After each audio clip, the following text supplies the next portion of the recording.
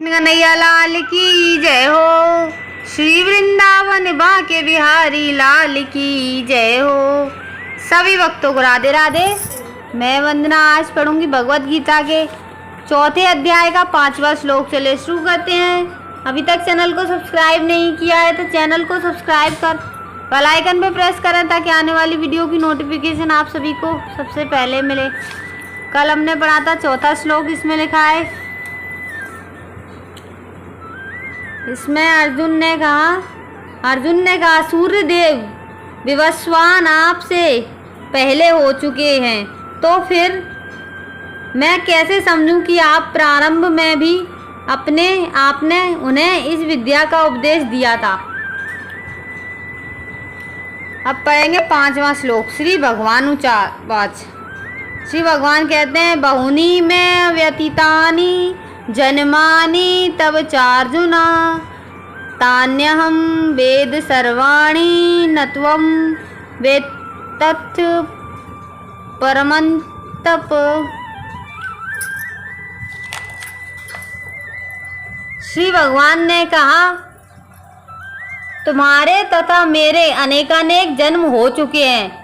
तुझे तो उन सबका स्मरण है, किंतु हे परमतप मुझे तो उन सबका स्मरण है, किंतु हे परमतप तुम्हें उनका स्मरण नहीं रह सकता है। तात्पर्य, ब्रह्म संहिता में हमें भगवान ने अनेकानेक अवतारों की सूचना प्राप्त होती है। उसमें कहा गया है, अद्वैत्य मच्युत मनादि मनंत रूप माधवम पुराण पुरुषम नवयौवनम च देवेषु दुर्लभम मदुर्लभ मातम भक्तो गोविंदमादिपुरुषम तमहम भजामि। मैं उन आदि पुरुषों श्री भगवान गोविंद की पूजा करता हूँ जो अद्वैत, अच्युत तथा अनादि हैं। यद्यपि अनंत रूपों में उनका विस्तार है, किंतु तो भी वे आद पुरातन तथा नित्य नव यौवन युक्त रहते हैं।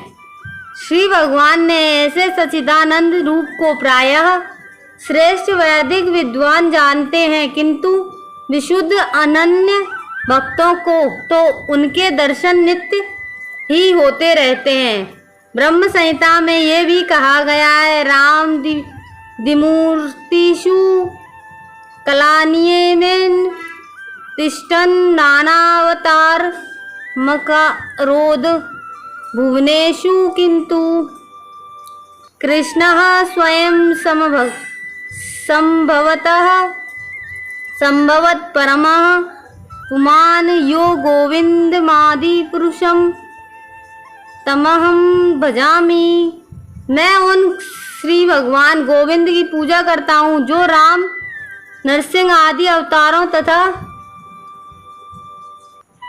अंशावतारों में नित्य स्थित रहते हुए भी कृष्ण नाम के से विख्यात आदि पुरुष हैं, और जो स्वयं भी अवतरित होते हैं। वेदों में भी कहा गया है कि अद्वैत होते हुए भी भगवान असंख्य रूपों में प्रकट होते हैं। वे उस वैदुर्य मणि के समान हैं जो अपना रंग परिवर्तित करते हुए भी एक ही रहता है। इन सारे रूपों को विशुद्ध निष्काम भक्त ही समझ पाते हैं। केवल वेदों के अध्ययन से उनको नहीं समझा जा सकता। अर्जुन जैसे भक्त कृष्ण के नित्य सखा हैं, और जब भी भगवान अवतरित होते हैं तो उनके पार्षद भक्त भी विभिन्न रूपों में उनकी सेवा करने के लिए उनके साथ साथ अवतार लेते हैं। अर्जुन ऐसा ही भक्त है, और इस श्लोक में पता चलता है कि लाखों वर्ष पूर्व जब भगवान कृष्ण ने भगवत गीता का प्रवचन सूर्यदेव विवस्वान से किया था, तो उस समय अर्जुन भी किसी भिन्न रूप में उपस्थित था। किंतु भगवान तथा अर्जुन में यह अंतर है कि भगवान ने यह घटना याद रखी, किंतु अर्जुन इसे याद नहीं रख सका। अंश रूप जीवात्मा तथा परमेश्वर में यही अंतर होता है। यद्यपि अर्जुन को यहाँ परम शक्तिशाली वीर के रूप में संबोधित किया गया है जो शत्रुओं का दमन कर सकता है, किंतु विगत जन्मों में जो घटनाएं घटी हैं उन्हें स्मरण रखने में वह अक्षम है। अतः भौतिक दृष्टि से जीव चाहे कितना ही बड़ा क्यों ना हो, वह कभी परमेश्वर की समता नहीं कर सकता। भगवान का नित्य संगी निश्चित रूप से मुक्त पुरुष होता है, किंतु वह भगवान के तुल्य नहीं होता।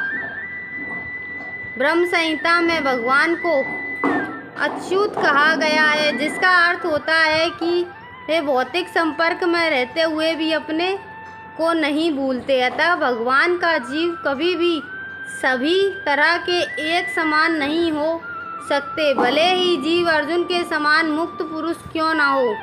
यद्यपि अर्जुन भगवान का भक्त है, किंतु कभी कभी वह भगवान की प्रकृति भूल जाता है, किंतु देवी कृपा यद्यपि अर्जुन भगवान का भक्त है, किंतु कभी कभी वह भी भगवान की प्रकृति को भूल जाता है, किंतु देवी कृपा से भक्त तुरंत भगवान की अच्युत स्थिति को समझ जाता है,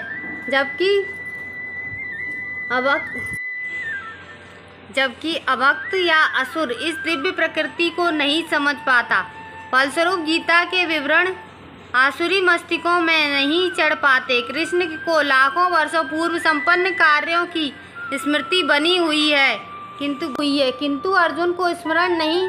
यद्यपि अर्जुन तथा कृष्ण दोनों ही शाश्वत स्वभाव के हैं। यहाँ पर हमें भी यह देखने को मिलता है कि शरीर परिवर्तन के साथ साथ जीवात्मा सब कुछ भूल जाता है, किंतु कृष्ण सब स्मरण रखते हैं, क्योंकि वे अपनी सच्चिदानंद शरीर को बदलते नहीं। वे अद्वैत हैं, जिसका अर्थ है कि उनके शरीर तथा उनकी आत्मा में कोई अंतर नहीं है। उनसे संबंधित हर वस्तु आत्मा है, जबकि बद्ध जीव अपने शरीर से भिन्न होता है। क्योंकि भगवान के शरीर तथा आत्मा अभिन्न है, अतः उनकी स्थिति तब भी सामान्य जीव से भिन्न बनी रहती है जब वे भौतिक स्तर पर अवतार लेते हैं। असुरगण भगवान की इस दिव्य प्रगति से तालमेल नहीं बैठा पाते, जिसकी व्याख्या अगले श्लोक में भगवान स्वयं करते हैं।